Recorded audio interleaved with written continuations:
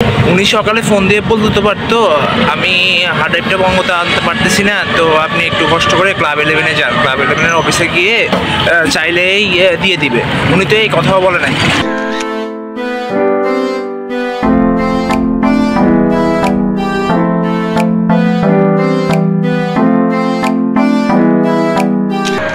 Guys, কি অবস্থা সবার, কেমন আছেন? আশা করি ভালোই আছেন। তো আজকে আমি যাচ্ছি রঙ্গন মিউজিকে আমাদের একটি নাটকের ফুটেজ জমা দিতে। রঙ্গন মিউজিকে যাওয়ার আগে আমাকে যেতে হবে বঙ্গতে, কারণ বঙ্গ থেকে হার্ড ড্রাইভটা নিয়ে এডিটিং প্যানেলে যেতে হবে। তারপর এডিটিং প্যানেলে গিয়ে ফুটেজ কপি করে নিয়ে যেতে হবে রঙ্গন মিউজিকে, দেন হ্যান্ড ওভার করে দিতে হবে তাদের। ইটস আ লং টার্ম, তাই না? তো কথা না বাড়িয়ে চলুন যাওয়া যাক।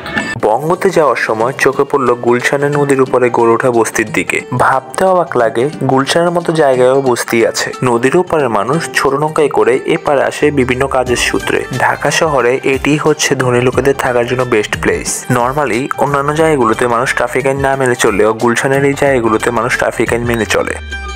সিগন্যাল গ্রিন হওয়ার পর সবাই ছুটে চললাম সবার নিজ নিজ গন্তব্যে। গুলশানের এই লেকের ধারে প্রতিদিন বিকেলে অনেক মানুষের ভিড় জমে। অলরেডি আমি এসে গেছি বঙ্গতে, এখন সাদ্দামবাড়ি থেকে হার্ড ড্রাইভটা নিব।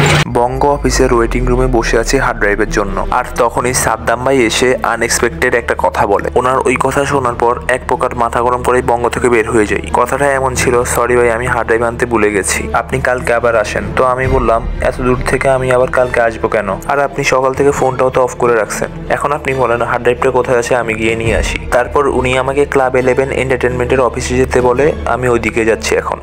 উনি সকালে ফোন দিয়ে বলতে পারতো আমি হার্ড ড্রাইভটা বঙ্গতে আনতে পারতেছি না, তো আপনি একটু কষ্ট করে ক্লাব 11-এ যান, ক্লাব 11-এর অফিসে গিয়ে চাইলেই দিয়ে দিবে।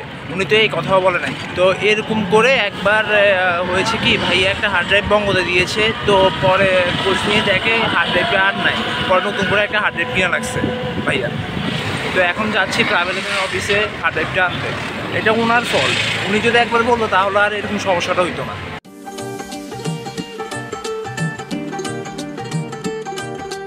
অবশেষে কাঙ্ক্ষিত হার্ড ড্রাইভটি হাতে পেলাম।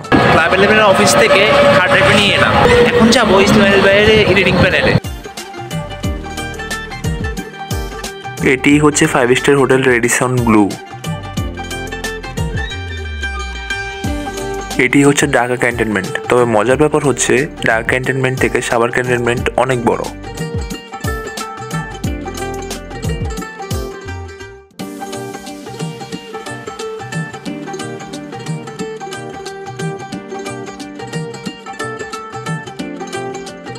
অবশেষে এসে পৌঁছালাম মহাখালীতে। এখন যাব এডিটিং প্যানেলে। এডিটিং প্যানেল থেকে ফুটেজ কপি করে নিয়ে যাব রঙ্গন মিউজিকে। রঙ্গন মিউজিকে এসে নাটকের ফুটেজটি হ্যান্ড ওভার করলাম। আজকের মতো এই পর্যন্তই। দেখা হচ্ছে আবার নতুন কোনো ব্লগে। যদি আমাদের এই ব্লগটি ভালো লাগে তাহলে লাইক, শেয়ার এন্ড সাবস্ক্রাইব করে পাশে থাকুন। আল্লাহ হাফেজ।